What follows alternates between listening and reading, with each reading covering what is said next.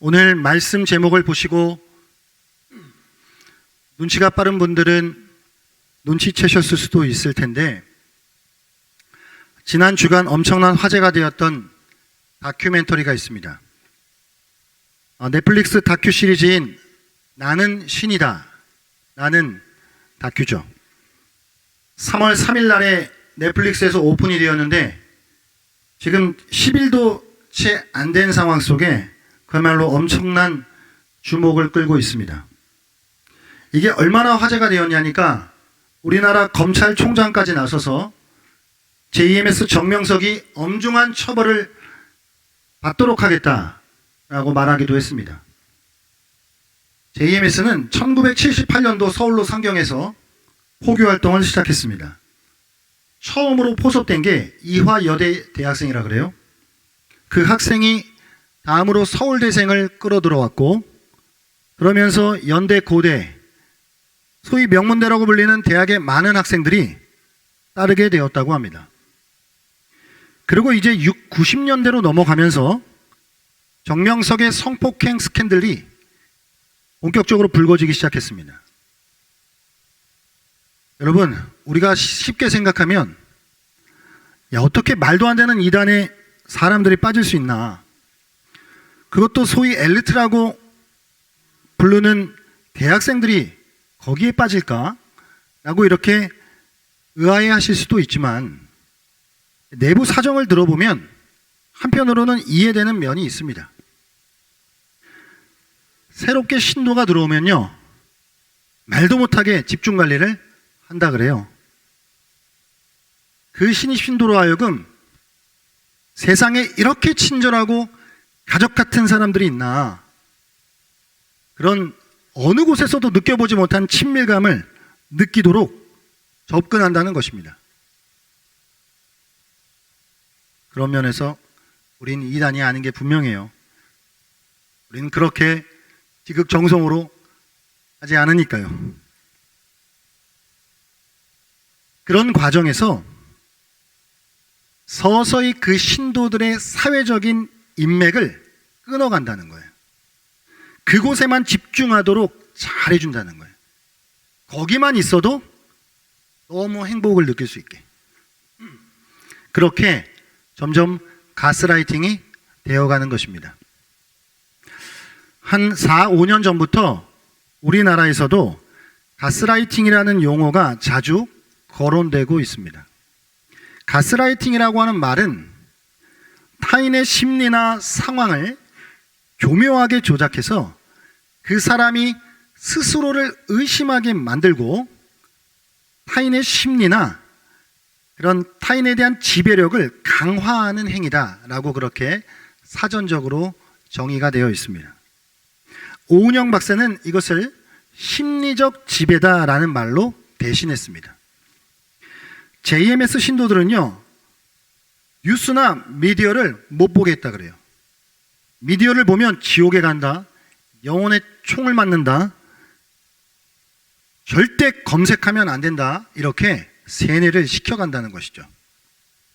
이렇게 점점 신도들은 세상과 담을 쌓게 되고 자기들만의 세계에서 자기들의 교주를 신봉하며 살아가게 됩니다. 그리고 그 교주가 비이성적이고 비도덕적이고 비상식적인 요구들을 한다고 하더라도 그 자체를 스스로 판단하지 못하고 그저 가해자가 부여하는 어떤 의미를 그냥 믿고 가해자의 판단에 의지해서 질질 끌려가게 되는 것입니다.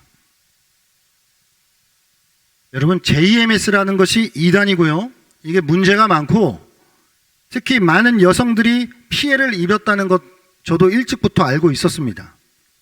하지만 저는 최근에 여러 이단들과 사이비들이 보여주는 가스라이팅, 소위 그루밍 범죄, 성범죄 이 모습들을 보면서 머릿속에 들게 된 생각이 있었습니다. 여러분, 오늘 말씀 잘 들으셔야 돼요. 오해하지 마시고요. 사실 기독교 내에도 가스라이팅과 같은 일들이 일어나곤 합니다.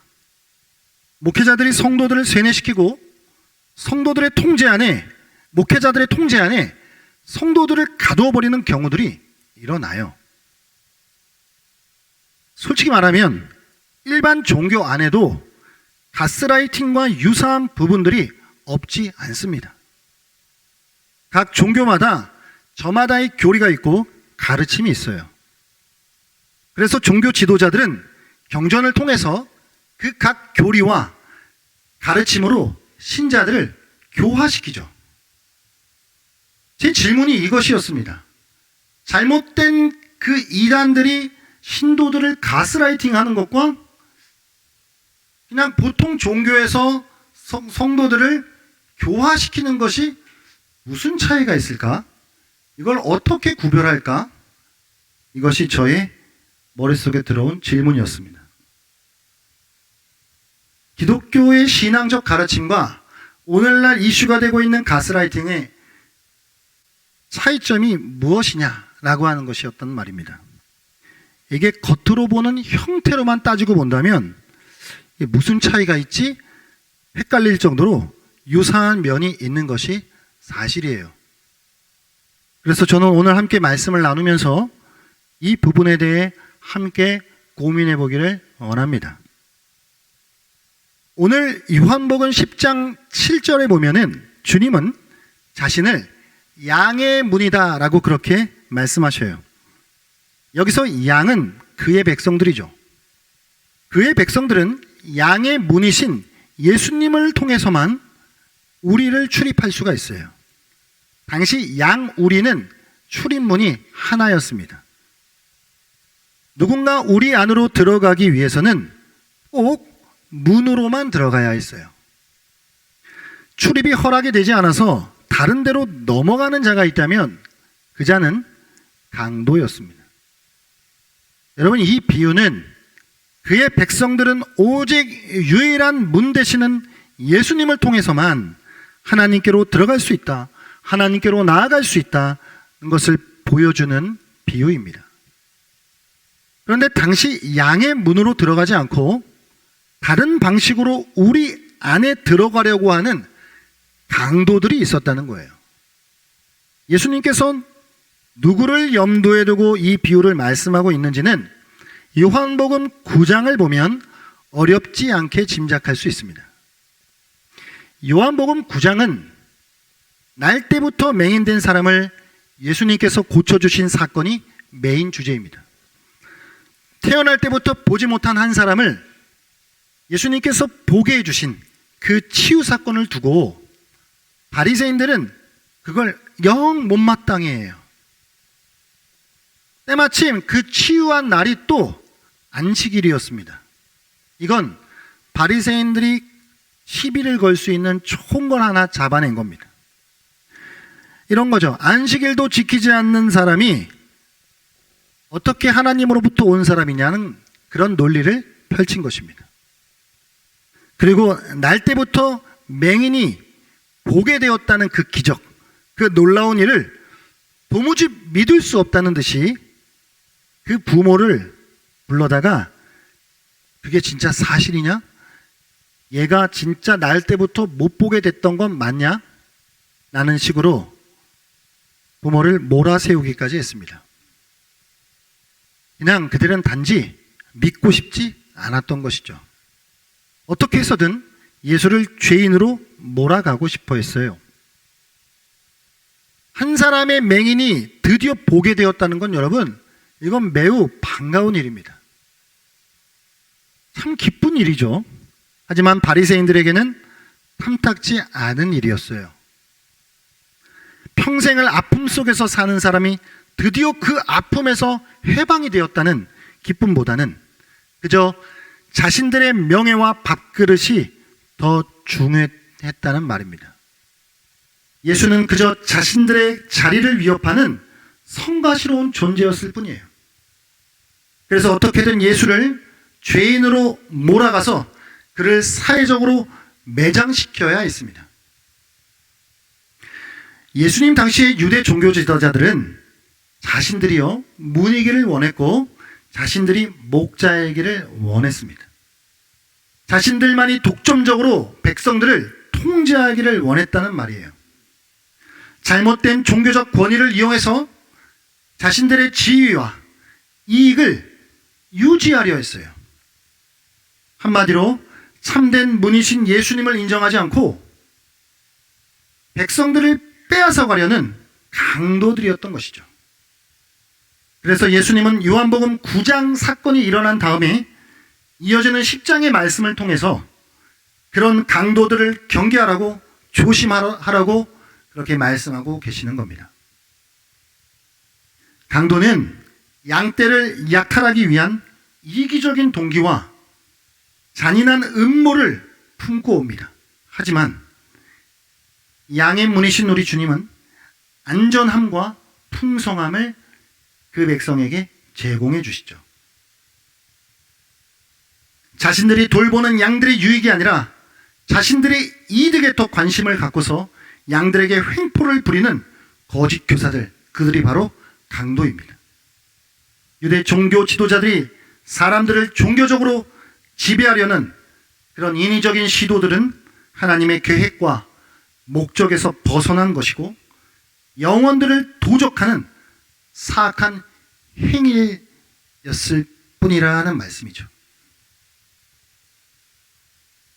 여러분, 이제 이 비유에서 예수님은 그 말씀을 조금씩 확장해 나아가십니다. 이제 비유가 조금 달라져요. 선한 목자와 삭군에 대한 비유로 바뀝니다. 비유만 바뀌었을 뿐 예수님이 말씀하시고자 하는 의미는 같습니다. 오늘 본문 말씀인데요. 요한복음 10장 11절 말씀 같이 한번 읽어보겠습니다. 시작. 나는 선한 목자라. 선한 목자는 양들을 위하여 목숨을 버리거니와. 아멘. 예수님은 선한 목자이십니다. 당시의 유대 종교자들이나 거짓 예언자들은 삭군입니다. 선한 목자와 삭군의 차이는 극명합니다. 선한 목자는 양을 위하여 목숨을 버리지만 삭군은 위험 앞에 양을 버리고 달아납니다. 선한 목자는 양들에게 뭔가를 보여주기 위해 죽는 것이 아니에요. 야, 내가 너희들을 얼마나 사랑하는지 한번 봐봐라. 라는 식의 객기를 부리는 죽음이 아니라는 말입니다. 예수님의 죽음은 양들이 생명의 위협을 받고 있었기 때문에 일어난 죽음이었다는 것입니다. 그래서 그 양들을 보호하기 위하여서 목자는 죽었던 것이죠. 그리고 목자의 그 죽음을 통해 양들은 구원을 얻게 됩니다. 바로 이것이 선한 목자의 모습이에요. 양을 살리기 위해 자기가 죽는 것이지 자기가 살기 위해 양이 죽게 하지 않습니다. 삭군은 자기가 살기 위해 양을 희생시켜요.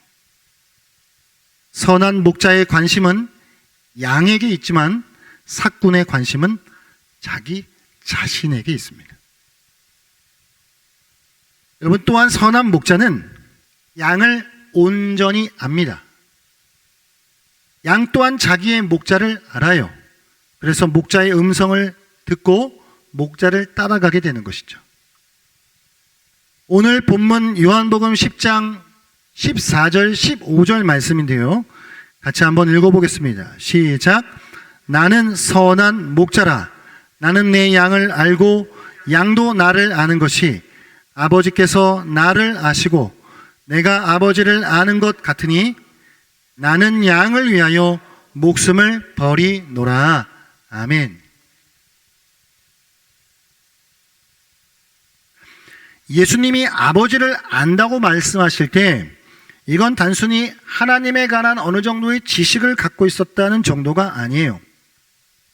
이것은 그가 하나님과 매우 친밀한 관계를 누리고 있었다는 것을 말합니다. 예수님이 그의 백성들을 알고 그들도 예수님을 안다라고 말씀하시는 것 역시 예수님과 그의 백성들이 친밀한 관계를 누린다라고 하는 것을 의미하죠. 그런 친밀한 관계 속에서 그 백성을 살리기 위해 목숨까지도 버리시는 것이죠. 여러분, 왜 예수님이 선한 목자실까요? 예수는 양들을 위해 자기 목숨을 버림으로 그 양떼인 그 백성의 목자됨을 증명합니다. 자기 목숨을 버리는 것은 선한 목자의 증거이죠. 예수는 자기 양떼의 죄를 덮어버리고 그 죄를 씻어버리기 위해 자신을 십자가 죽음에 내주십니다. 그 백성이 다시금 하나님께로 온전히 나아갈 수 있도록 해주시는 것이죠. 그렇게 주님은 그 백성으로 하나님의 참된 양떼요, 하나님의 참된 백성이 되게 하는 대속 제물로 자기 목숨을 내주시는 것입니다. 이것으로 양떼는 어떻게 되죠? 영생, 생명을 얻어요. 이것이 바로 참 목자인 선한 목자의 모습입니다. 선한 목자가 진정한 참 메시아가 되는 이유는 다윗 왕조를 문자적으로 재건하는 것이 아니에요. 다윗 왕조를 문자적으로 재건하여 자기 왕국을 세우는 사람이 그게 메시아가 아니라는 말이에요. 혹은 모세의 출애굽 사건을 그대로 재현시켜서 당시 로마 황제의 압제 속에 고통받고 있는 이스라엘을 독립시킨다라고 하는 존재가 메시아가 아니라는 말이에요. 다윗 왕조를 재건하거나 모세의 출애굽을 재현시키는 눈에 보이는 형식의 자기만의 왕국을 만드는 것이 그게 메시아가 아니라는 말이에요. 오히려 참된 메시아는 하나님을 나타내고 자기 죽음을 통해서 대속 제사를 드림으로 그 백성으로 하나님의 구원의 통치 아래 살게 하는 것, 이것이 참된 메시아입니다. 그렇게 성령을 보내주셔서 그 백성들로 하여금 하나님의 생명을 누리게 하는 것, 이것이 예수의 참된 메시아 되심입니다. 할렐루야. 여러분, 사꾼은 오늘날에도 넘쳐나요. 제가 몇 년 전에 들었는데 우리나라에만 해도 지가 메시아라고 이야기하는 사람이 한 40명 정도 된다네요. 선한 목자는 우리 주님 한 분뿐인데 자신들이 참 목자라고 주장하는 거짓 메시아들이 판을 치고 있습니다. 그리고 안타깝게도 아직도 수많은 사람들이 그 사꾼들을 추종하고 있어요. 여러분, JMS 정명석이가 2008년도에 감옥에 들어갑니다. 거기서 10년 동안 복역하고 2018년도에 나와요. 그런데도 들어보니까 대략 아직도 신도들이 10,000명, 20,000명이 남아있대요. 이제 말이 되냐고요. 그러면 대체 우리는 어떻게 이걸 분별할 수 있을까요? 참 신앙과 거짓 메시아들을 어떻게 구별할 수 있냐는 말이에요. 좀 더 노골적으로 말씀드려 볼까요? 제가 지금 이 시간 여러분 앞에 말씀을 전하고 있는데 제가 이게 지금 참 신앙으로 여러분들을 교화시키는 것인지 아니면 잘못된 것을 가스라이팅하고 있는 건지 그거 어떻게 구별하실 거예요? 자, 그거 어떻게 구별할 수 있는지 그걸 좀 나눠보겠습니다.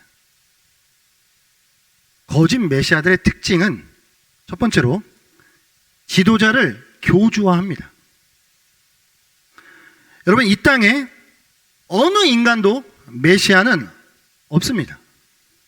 2000년 전 이 땅에 오신 예수 그리스도를 통해 모든 구원이 완벽하게 완전하게 성취되었어요. 여기에 뭘 더 얹을 것이 없습니다. 이제 남은 건 그리스도가 다시 오시는 일밖에 없어요.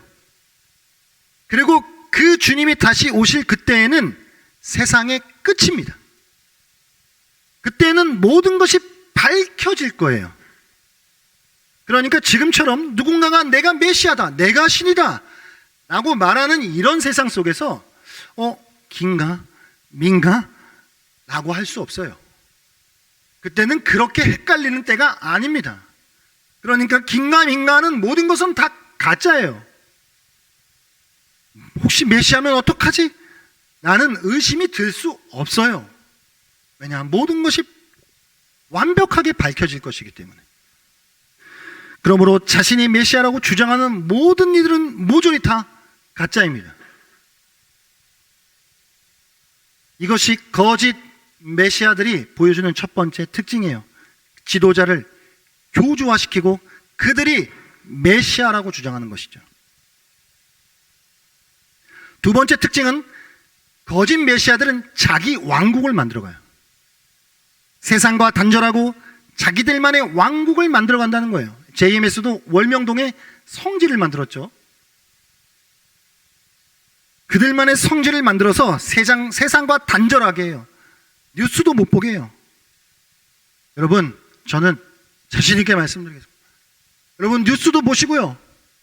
세상과 접촉하십시오. 세상과 관계를 맺으세요. 도대체 세상이 어떻게 돌아가는지 좀 아세요.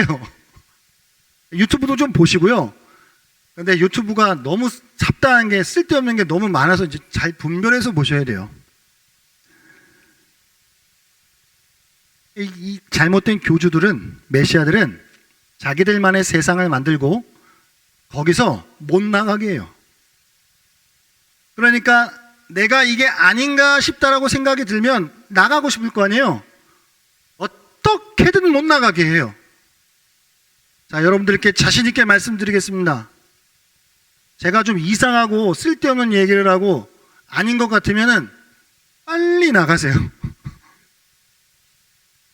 빨리 도망치세요. 그냥 저건 아니다, 저건 가짜다라고 하는 의심이 들면은 그냥 바로 가세요. 그래서 제가 뭐 혹여나 어떤 분들이 간다 그러면 2번만 말리려고요. 더 이상 말리면 나도 가짜가 될 것 같아서. 세 번째 특징은 이것만이 진리라고 하는 자기들만의 교리를 만들어가요. 이게 무슨 차이냐면요, 대체적인 이단과 사이비들의 특징이 그래요. 공통점이 지금 자기가 말씀하고 있는 그게 이게 진짜다라는 거예요. 그게 동시대의 다른 종교 지도자들의 가르침도 틀렸고 2000년 교회사의 가르침들도 틀렸대요. 여태까지 우리가 잘못 오해하고 왔다는 거예요. 자기는 하나님으로부터 무언가를 받은 듯이 그렇게 내가 지금 말하고 있는 것만이 맞다라고 얘기해요. 대체적으로 그래요. 그러나 저는요, 여러분들에게 성경을 바르게 연구하고 바르게 말씀을 가르치고 싶어요. 그래서 우리 교회의 첫 번째 비전이 그래요. 말씀을 바르게 가르치는 교회가 되고 싶어요. 그런데 제가 완벽하다고 절대 말씀드릴 수 없어요. 제 가르침이 무조건 맞다고 말씀드릴 수 없어요. 저도 오류가 있을 수 있고 잘못될 수 있어요. 그런데 그들은 자기들은 오류가 없다고 얘기해요. 지금 다른 인간들이 몰라서 그렇다는 거예요. 바보 같은 소리를 하고 있어요. 그러면서 제가 정말 화가 나는 것은, 여러분, 기독교가 역사가 얼마나 되죠? 2000년 되죠. 어려운 질문 드렸습니까? 2000년이 되죠?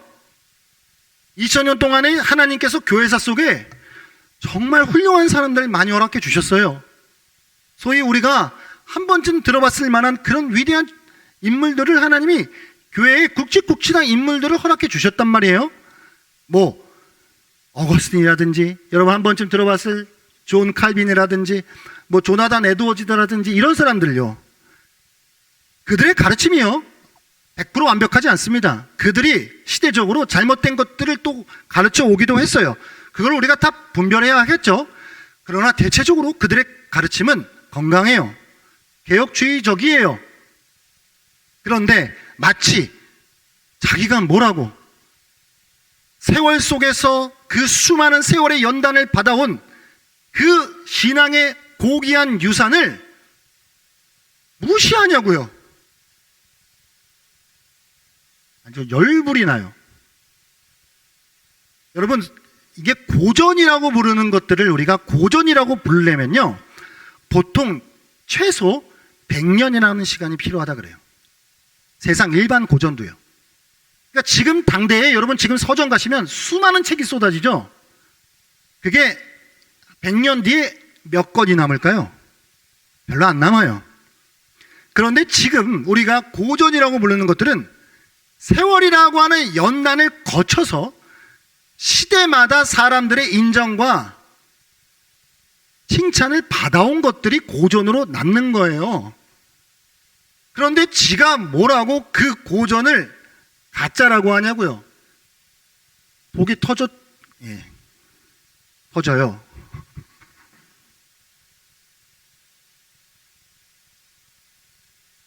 그렇게 자기들만 옳다는 듯, 자기들에게는 오류가 없다는 듯의 교리를 만들어 전합니다. 이게 거짓 메시아들의 세 번째 특징이에요. 다음은 이게 진짜 중요한데요. 그들이 왜 잘못된 가스라이팅이냐? 그러니까 참된 신앙이 교화시키는 것과 그들이 가스라이팅이 되는 중요한 분기점이 있어요. 뭐냐면 그것을 듣는 사람들로의 하여금 그 판단을 존중하느냐 무시하느냐예요. 자, 저는 여러분들의 판단을 존중해요. 제가 이렇게 백날 말씀을 전해도 막 잘 못 알아들으시고 전혀 딴 생각을 하셔도 그럴 수 있지. 또 아니면 내가 틀릴 수도 있지. 이렇게 생각할 거예요. 그러나 가스라이팅은요, 그 교주들이, 그 잘못된 사람들이, 거짓 교사들이 가르치고 그걸 듣는 사람들을 판단을 마비시켜요. 그러니까 판단을 못하게 해요. 네가 무슨 판단을 해? 너가 모르는데 뭘 그거를 네가 알아? 그러니까 네 주제에 그걸 어떻게 하라고 하는 식으로 몰아가요. 그래서 판단은 누가 하는 거예요? 그 사람이 하는 거예요. 그 가해자가, 그 교주가 하는 거예요. 그 사람만 할 수 있고 그 피해자들은 그 가해자의 판단에 의지해서 살아가게 해요. 자신 있게 말씀드리겠습니다. 아니라고 생각하시면 인정해 드릴게요. 제가 잘못됐다고 생각하는 것도 존중해 드리겠습니다. 그 판단을 마비시켜서 스스로 무언가를 분별할 수 없도록 만들어요. 그것이 가짜입니다. 다음으로 마지막, 정말 중요해요. 여러분, 오늘 요한복음 10장 10절 말씀 보게 되면요, 이런 말씀이 나와요. 같이 한번 우리 요한복음 10장 10절 말씀 한번 읽어봤으면 좋겠습니다. 시작. 도둑이 오는 것은 도둑질하고 죽이고 멸망시키려는 것뿐이요, 내가 온 것은 양으로 생명을 얻게 하고 더 풍성히 얻게 하려는 것이라. 여기 생명이라고 헬라어 단어가 다른 말로 하면 삶이에요. 삶. 이 가짜들이 뭘 하냐면, 가스라이팅을 시켜서 뭘 하냐면 그 사람 본래의, 그 사람 고유의 삶을 뺏어갑니다. 그러니까 남편으로서 아내로서의 관계를 끊어버리고 부모와 자식과의 관계를 끊어버리고 그 사람 본래의 삶에서 이탈하게 만들어요. 사회적인 관계망을 다 잘라버립니다. 그건 그 사람의 삶이 아니에요. 그 사람의 직업, 이런 것들을 다 못하게 막아요. 그러나 참된 신앙은, 우리 주님은, 오늘 선한 목자 되시는 우리 주님은 생명을 주신다잖아요. 삶을 주시는 거예요. 살아가게 하시는 거예요. 그러니까 참된 가르침은 여러분들이 지금 그 자리, 아내면 아내로서의 그 자리, 남편이면 남편으로서의 그 자리, 부모면 부모로서의 그 자리, 자식이면 자식으로서의 그 자리, 직장이면 직장인으로서의 그 자리, 나의 삶의 그 자리에서 더 잘 살아가게 하죠. 더 힘써서 노력하게 하죠. 이게 나의 본래의 삶을 온전히 살아가게 해요. 이게 참된 신앙의 가르침이에요. 가짜는 안 그래요. 이걸 못하게 해요. 본래 그 사람 고유의 삶을 뺏어가요. 이게 가짜예요.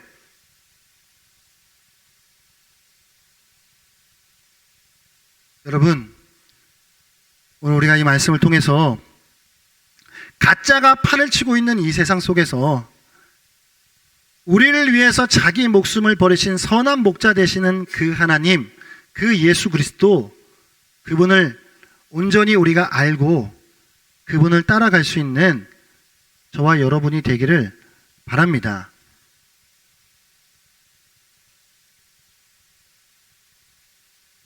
신앙은, 참된 신앙은 오늘 지금 이 시간 이 자리의 삶을 부인하지 않게 해요. 여러분이 우리가 신앙이 좋아지고 건강해진다라고 하는 건 야 그냥 죽었으면 좋겠다, 빨리 천국 갔으면 좋겠다, 살아서 뭐하냐 이런 생각 갖게 하지 않아요. 물론 사도 바울도 그런 마음 가졌지만 결론적으로는 이 땅에 남아 사명을 감당하는 마음으로 주셨어요. 우리가 정말 힘들면 그냥 죽는 게 낫겠다, 그냥 빨리 천국 가고 싶다 이렇게 또 푸념할 때가 있죠. 그러나 참된 신앙 진짜는 아니요. 지금 그 자리에서 더 살아가게 해요. 더 자기의 삶을, 본연의 삶을 찾아가게 해요. 살아가도록 원함을 만들어내요. 이게 참 신앙이에요. 오늘날 수많은 가짜 메시아들이 내가 신이다, 나는 신이다라고 그렇게 사람들을 심리적으로 지배해가는 가스라이팅 시켜가요. 여러분 나는 아니야, 나는 괜찮아 라고 생각할 수 있지만 우리는 얼마든지 그런 노출 속에서 무엇이 진짜일까? 제가 여러분에게 지금 전하는 이 설교는 참된 신앙의 교화인가? 거짓 가스라이팅인가? 이건 내가 어떻게 구별할 수 있지? 여러분 분별해야 해요. 가장 핵심적인 것은 여러분 스스로 판단하시고 여러분 스스로의 삶을 살아가게 한다면 그건 참신앙입니다. 그리고 그렇게 주님이 우리를 그렇게 하시도록 하기 위해 희생하셨어요. 그렇게 우리의 선한 목자가 되어 주신 줄 믿습니다. 스스로가 잘 판단하시고 때로는 시간이 오래 걸릴 수도 있어요. 하나님이 여러분들을 막 억압하고 막 올가매고 막 겁박해서 막 그냥 끌고 오듯 그렇게 하시지 않아요. 때로는 오래 참고 기다려 주시죠. 못 알아들어도. 그런데 기다려 주셔요. 그렇게 스스로가 깨닫고 돌아오도록 기다려 주셔요. 그게 우리 하나님이에요. 그게 참 신이에요. 그게 우리 아버지예요. 너 다른 생각하면 너 죽어 이렇게 협박하지 않아요. 오늘 수많은 거짓된 신들 속에서 우리가 분별하면서 온전히 참 신앙을 붙잡고 살아갈 수 있기를 바랍니다. 오늘 함께 찬양하길 원하는 곡은 나의 하나님이라고 하는 찬양인데요, 저도 익숙하지 않은 찬양인데 같이 한번 이 찬양 불러보고 싶었어요. 그래서 우리 하나님이 어떤 하나님이신지, 수많은 거짓된 신들 속에서 나의 아버지, 아버지, 나의 하나님은 나를 어떻게 사랑하시는지, 나를 어떻게 아시는지, 나도 그 주님을 알기를 원합니다. 그 주님과 친밀한 관계 속에 교제하며 살아가기를 원합니다. 라는 마음을 가지고 이 찬양 함께 하도록 하겠습니다.